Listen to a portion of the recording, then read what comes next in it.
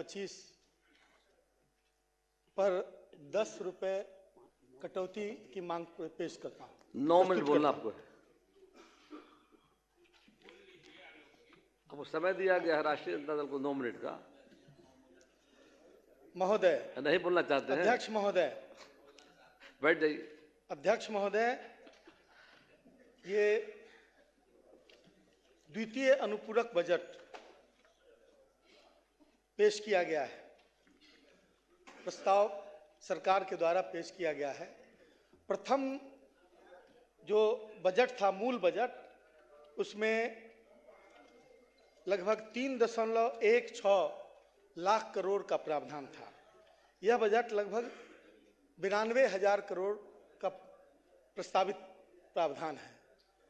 मैं कहना चाहता हूं कि बजटीय अनुमान में कमी की वजह से और वित्तीय कुप्रबंधन की वजह से बार बार सप्लीमेंट्री बजट लाने की आवश्यकता पड़ती है। यह कोई कोरोना काल नहीं है कि विशेष परिस्थिति में तृतीय बजट पेश किया जाए और हर बजट का साइज जो है, अनुमान और जो वास्तविकता है, दोनों के बीच इतना अंतर हो जाए कि हर बजट में 1/3 के बराबर का बजट पेश किया जाए। यह ऐसा प्रतीत होता है कि जो बजट बनाया जाता है शुरू के वर्ष के शुरू में, उसमें सीरियसनेस नहीं है, उसमें सारे प्रावधानों को व्यवस्थित ढंग से विचार नहीं किया जाता। इसलिए बार बार ऐसे सप्लीमेंट्री बजट की आवश्यकता पड़ती है। बजट बढ़ाने के पीछे और भी कारण है। जैसे जो योजनाएं लागू हुई, उन योजनाओं में यदि देर होती है तो उससे वित्तीय भार सरकार पर पड़ता है। ऐसा लगता है कि यह कॉमन प्रैक्टिस हो गया है कि किसी भी योजना का बजट पास कर दो और उसके बाद समय सीमा, निर्धारित समय सीमा तक वो पूरा न करे और उसके बाद उसको एक्सटेंड करके और उसका बजट बढ़ा दो। यह ऐसा लगता है कि ठेकेदारों की जो मांग है उस पर आधारित इस तरह के प्रावधान किए जाते हैं। यह इस पर रोक लगनी चाहिए। महोदय, सरकार द्वारा द्वितीय अनुपूरक बजट मांग पेश करना यह दर्शाता है कि वित्तीय मामले में सरकार किस तरह कैजुअल अप्रोच अपना रही है।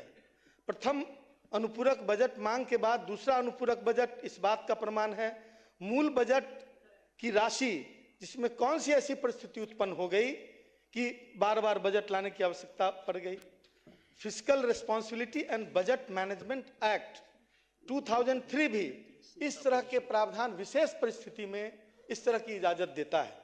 इसलिए वित्तीय घाट, जो वित्तीय निर्धारित सीमा के अंदर यदि वित्तीय घाट, ये अतिरिक्त व्यय FRBM एक्ट में फिस्कल डेफिसिट वित्तीय घाटा की निर्धारित सीमा के अंदर है। अगर सकल घरेलू उत्पाद GDP के 3% की सीमा से अधिक है तो क्या आज कोरोना या इस तरह की आपदा वाला समय है? आपदा तो असमय, अभी कटाव चल रहा है, बाढ़ की स्थिति आई, लेकिन ऐसा लगता ही नहीं है कि उसके ओरिएंटेशन के हिसाब से बजट का प्रावधान किया जा रहा है। अनुपूरक बजट में संसाधन कहां से आएंगे? क्या वो लोन लिया जाएगा या फिर जनता पर टैक्स लादा जाएगा? इस बात के का भी जिक्र बजट के अंदर होना चाहिए था, लेकिन यह नहीं है। सरकार के सामने कई प्रश्न हैं। यह साफ करना चाहता हूं कि अनुपूरक बजट विकास का नहीं बल्कि सरकार की विफलताओं को छिपाने का बजट है। और वर्षों तक सरकार साल की शुरुआत में ही यदि अनुमान, आय व्यय का अनुमान सही ढंग से लगा ली होती तो इस तरह के बजट लाने की आवश्यकता नहीं होती। स्थापना एवं प्रतिबद्धता व्यय में वृद्धि का औचित्य समझ में आता है, लेकिन जहां तक योजनाओं पर व्यय का सवाल है, यह तार्किक प्रतीत नहीं होता। अतिरिक्त सरकार कहती है कि इसमें योजनाओं के लिए अतिरिक्त राशि मांगी गई है, लेकिन मैं पूछना चाहता हूं कि पिछले बजट में आवंटित राशि का क्या हुआ? जहां प्रगति रिपोर्ट नगण्य है, जहां एक एक फाइल महीनों तक धूल फांक रही है, वहां नई राशि का मांगना जनता के आंखों में धूल झोंकने जैसा है। सबसे बड़ी बात है कि सरकार वित्तीय अनुशासन में फेल हो गई है। राजस्व संग्रह कमजोर है, केंद्र पर निर्भरता बढ़ रही है और सुधारों पर कोई ध्यान नहीं। क्या यही सुशासन है? क्या यही विकास की परिभाषा है?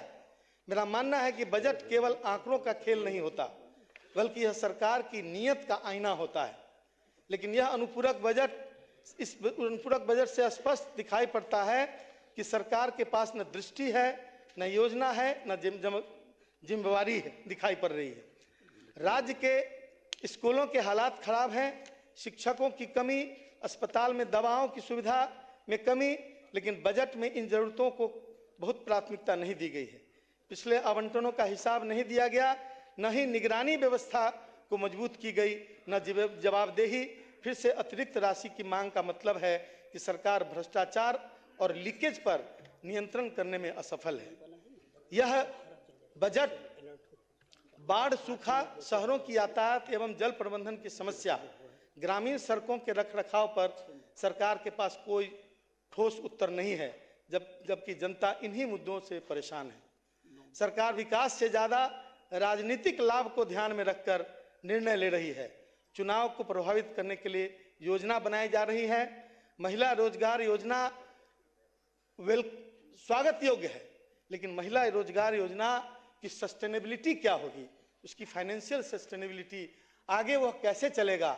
2 लाख रुपया आप प्रति हर महिला को कैसे देंगे? और दूसरी तरफ यह भी कहना चाहता हूं कि 1 करोड़ 30 लाख महिलाएं हैं इस राज्य में, नहीं है, लगभग 6 करोड़ से ऊपर महिलाओं की संख्या है। बाकी महिलाओं को क्या हक नहीं है कि वो भी 10-10 हजार रुपया ले? क्या उनको हक नहीं है कि वो भी 2-2 लाख रुपया ले? इस बात का जवाब सरकार को देना होगा, क्योंकि बिहार की महिलाएं, जो बची महिलाएं हैं, वो भी इस बात के लिए अपेक्षा करती है। इसलिए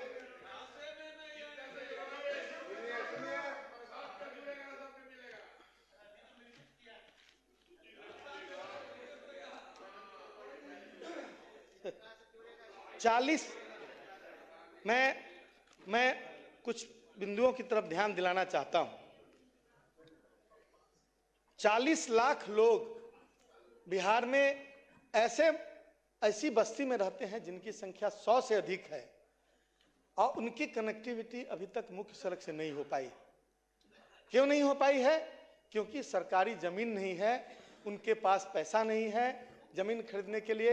और सरकार ने, हम लोग जब सरकार में शामिल थे उसी समय ये योजना बनी थी कि हर उस तरह के मोहल्ले को सतत लीज पर जमीन लेकर और सरकार उस पर सड़क बनाएगी। कई बार चर्चा हुई और यहां तक कि कैबिनेट में भी इसकी चर्चा हुई। मुख्यमंत्री ने बहुत जोर देकर संबंधित पदाधिकारियों को बोला कि इसको तुरंत इंप्लीमेंट कीजिए, लेकिन आज तक वो लोग अपमान सहने के सिवा उनके पास कोई उपाय नहीं है। जमीन वालों की जमीन दूसरे लोगों की जमीन पर चलते हैं और सड़क नहीं रहने की वजह से वहां शादी ब्याह भी मुश्किल हो गया है और जो बीच बीच में उन्हें रोका जाता है, अपमानित किया जाता है ताकि वो उनकी निजी जमीन पर नहीं चल सके। इस तरह की समस्याएं, नल जल योजना से जुड़ी हुई समस्याएं, लाखों शिकायतें हैं। शिकायतों का बिल्कुल जो तुगलकी डिसीजन होता रहा है कि कभी पंचायत को दे दिया, कभी पीएचडी को दे दिया, और इस बीच में झूलता हुआ आम आदमी जिसके दरवाजे पर मोहल्ला का मोहल्ला ऐसा पड़ा हुआ, समाप्त हो रहा है। मोहल्ला का एक मिनट, मोहल्ला का मोहल्ला ऐसा पड़ा हुआ है जहां पर अभी तक पाइपलाइन तक नहीं बिछी है। बैठ जाए महोदय, बुलडोजर पर मैं कुछ कहना चाहता हूं। यह बुलडोजर संस्कृति को लाने की, महोदय एक मिनट में अपने बुलडोजर संस्कृति बैठ जाइए। बिहार की माननीय सदस्य श्री मनोहर सिंह धरती के बिल्कुल विपरीत है। माननीय सदस्य श्री मनोहर सिंह की समस्याओं पर ध्यान देकर, और महोदय बुलडोजर संस्कृति को शुरू नहीं होने दिया जाए। जीविका क्या है, मैं सरकार से अनुरोध करूंगा जीविका के बारे में। माननीय सदस्य मनोहर सिंह जी।